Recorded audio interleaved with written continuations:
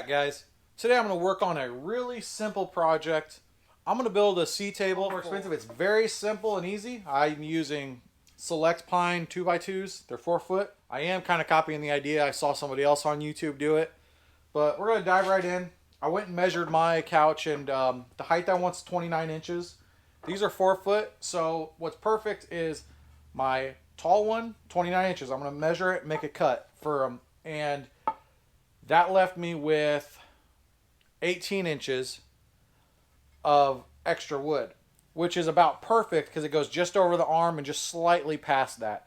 So I'm going to get the top and the vertical post of this out of, not just one, but out of one grouping of these. And then I just need to cut some to make for my foot that slides underneath the couch. So anyways, 29 inches. I need to cut 5 of these. You know what? For the feet, I'm going to do that just a little bit longer than I'm doing the top. I'm going to do 2 foot. I'm going to cut them right down the middle. So let's go ahead and measure out for that too. Might as well. So let's go ahead.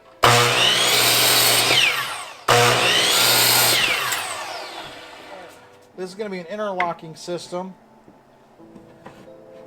that looks something like that. So I'm going to do 3 on top.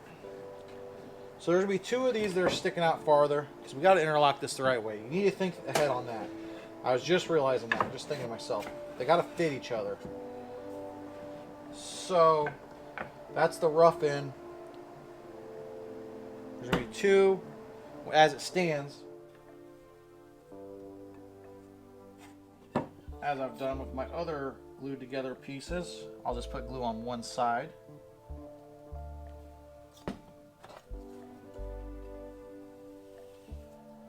Trying to spread this on here a little bit so it's kind of even. And the last one will be our feet, in which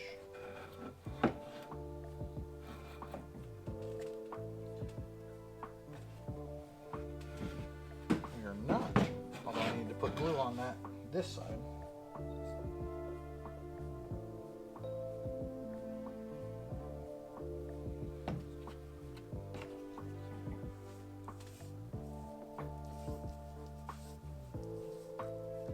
Now, of course, we need to get them clamped down. We don't have glue between each set like the top, the bottom, or the side. We have glue on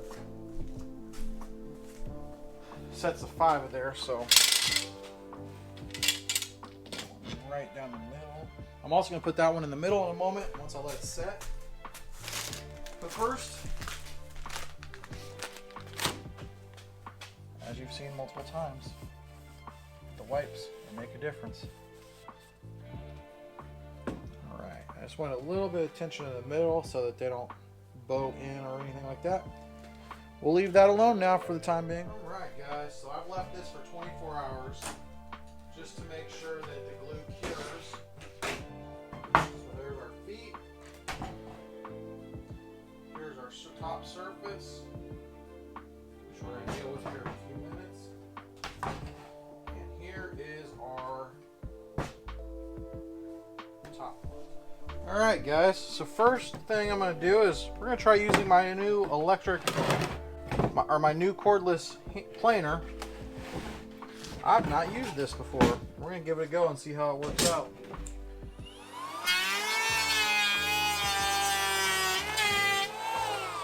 I mean, it's taking a nice layer off, but my big question is, how do I make sure everything's level?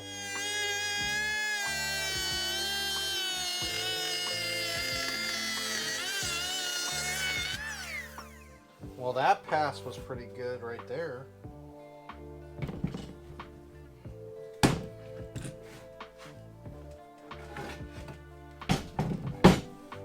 Or so I thought it was, till the end. Okay guys, so I've not mastered my handheld cobalt planer yet, freehanding thing, so I went ahead and sent my top piece a couple passes, actually I think just one pass through my large electric planer, and then what's going to be our post, I sent it through a couple passes. So anyways, we're going to go ahead and glue this piece and this piece together, obviously leave it for at least 24 hours, so I need to get that started. I don't want weight on it, So I'm only going to do the bottom and then the post right now. Putting plenty of wood glue on it as well, on all the areas there.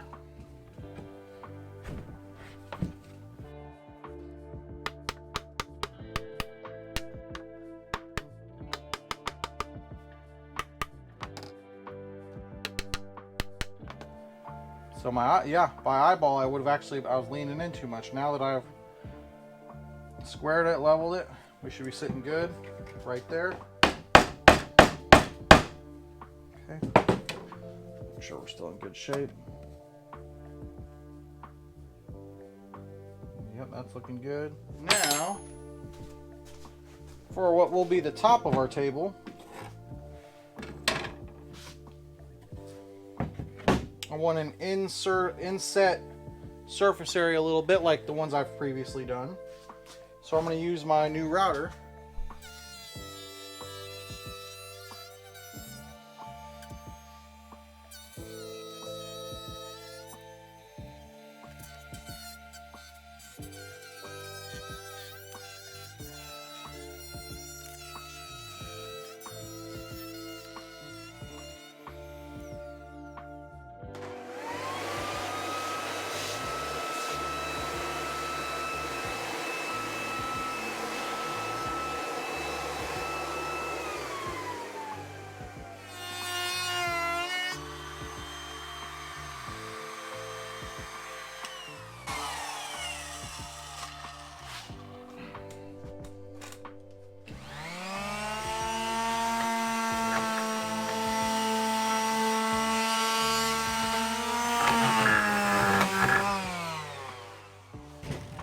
I'm definitely struggling to use that router and get straight lines. I'm not gonna lie to you, like you see that obviously.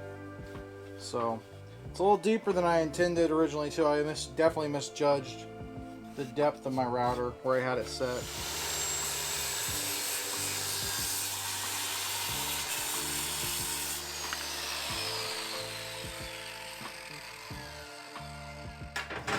Use this palm sander. I'm gonna try to get these notches where my router was like lower in some spots than others. Kind of smooth that just a little, and also just kind of sand the edge of this so it's a little smoother and not as rough.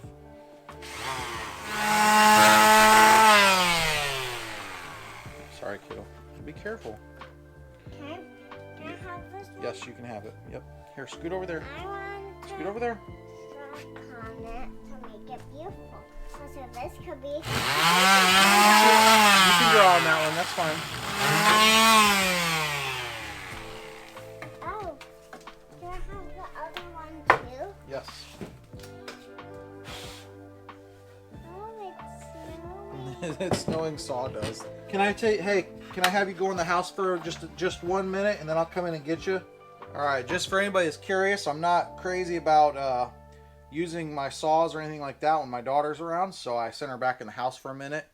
I don't mind with the sander or anything, but any of the sharper tools, obviously I send her away. So she went inside for 1 minute, and I'm gonna go get her as soon as I'm done with this.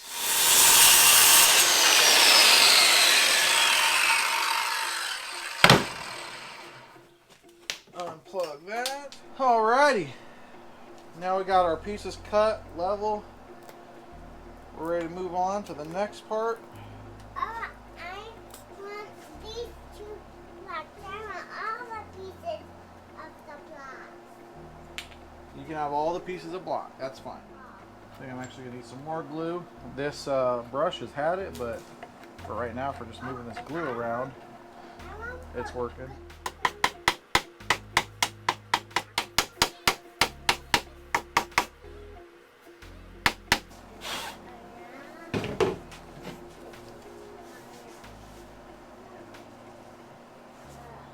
Lifted just a tiny bit.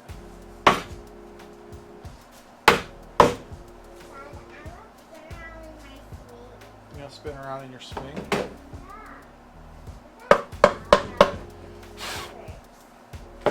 That looks like it needs to go up just a tad.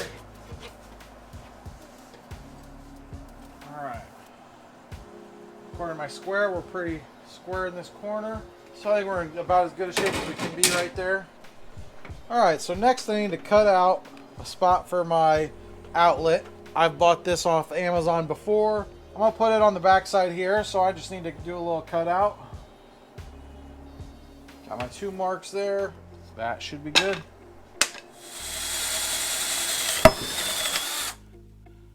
There's 1. I'm working on the inside because I don't want it to be too wide, and you know, I only have a small overlap with that outlet box, so.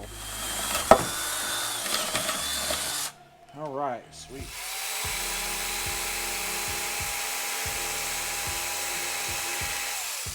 That's why I cut these 2 corners. I don't want to try to bend my blade of my jigsaw here, so I'm going to do a cut that way and a cut this way. So I'm just doing straight cuts, and then I could work back this way and work down that way.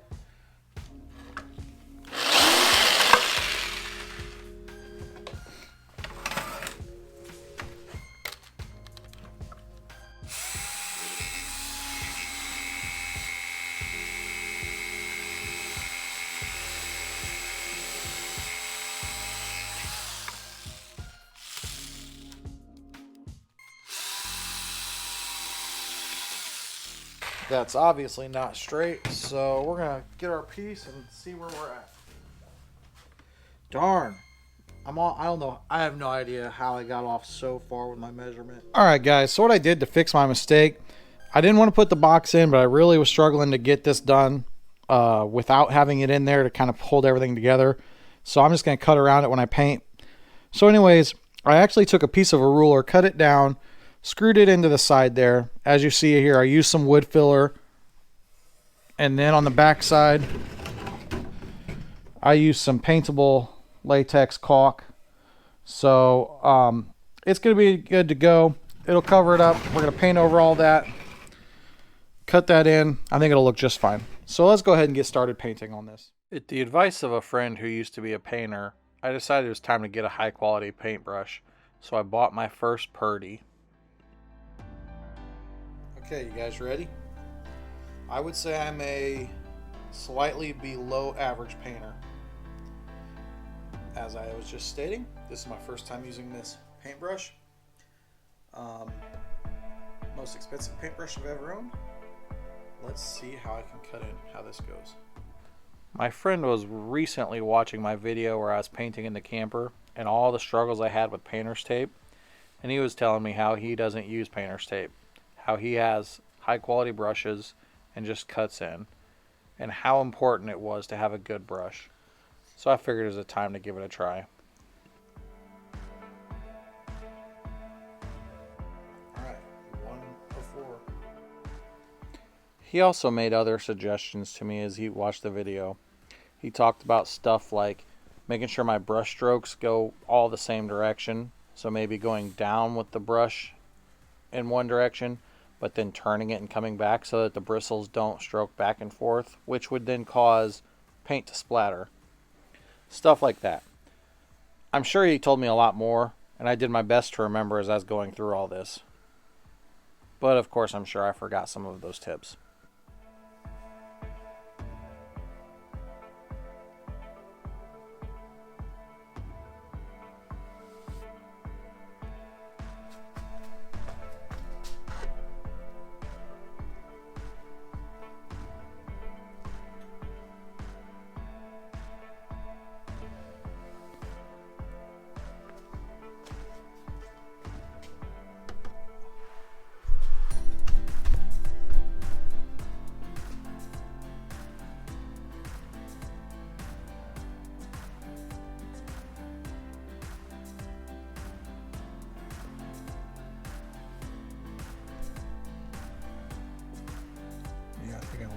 From going off of what I've been coached, I think I left too much paint on it this time.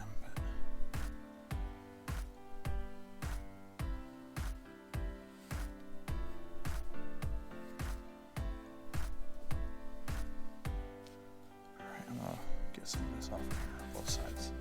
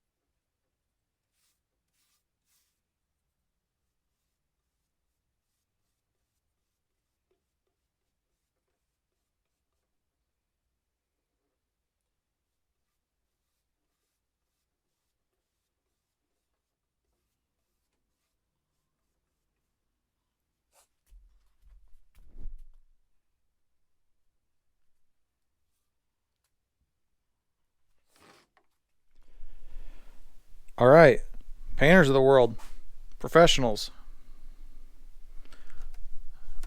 I got on it just a tiny bit and a couple spots there. But I think I did really well. Self-declared below average, slightly below average painter. This, I think, is the best painting job I've ever done. It's the first time I've ever used a fairly expensive paintbrush. I'm usually using the cheapest brush I can find, and I feel like this was a game changer. I love this brush, and I'm definitely going to go clean it. Clean it with care, and yeah. So yeah, I openly invite you. What I do right, what I do wrong. Short conversation with a former painter, a friend of mine, and I tried to take some pointers from him. So what I remember, what didn't I remember? Let me know what you think. All right.